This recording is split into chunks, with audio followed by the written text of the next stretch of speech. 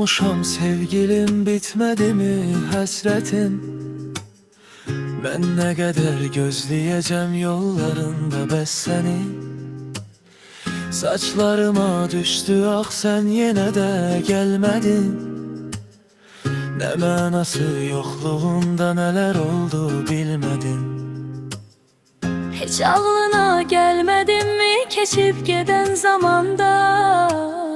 Darıxmadın mı bir gün sen mənsiz qalanda? Üzüme gülüp yalandan sen ahımı alanda? Utanmadın mı söyle yat birine bakanda? İndi yaman soyuldu, sen gittin bu şəhər. Her küçədə senle bağlı bir iz kaldı hatirə. Qoxun küləyə qarışdı, esti keçdi yanımdan. Mən səni heç unutmadım, her bir şey yadımda.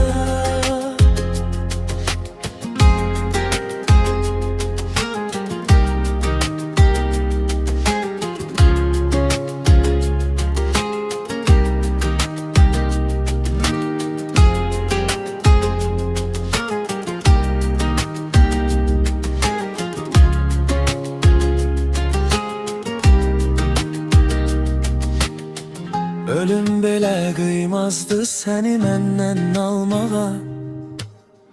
Biz axı söz vermişdik həmişə birgə olmağa. Qismət olmadı bunlar biz sevgiyə doymağa.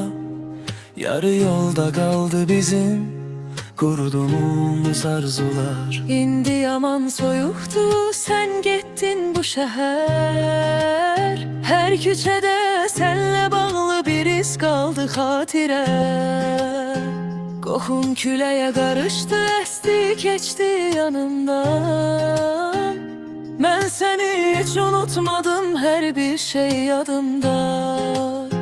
İndi yaman soyuldu, sen getdin bu şəhər. Hər küçədə senle bağlı bir iz kaldı hatirə. Qoxun küləyə qarışdı, esti keçdi yanımdan. Mən səni heç unutmadım, her bir şey yadımda.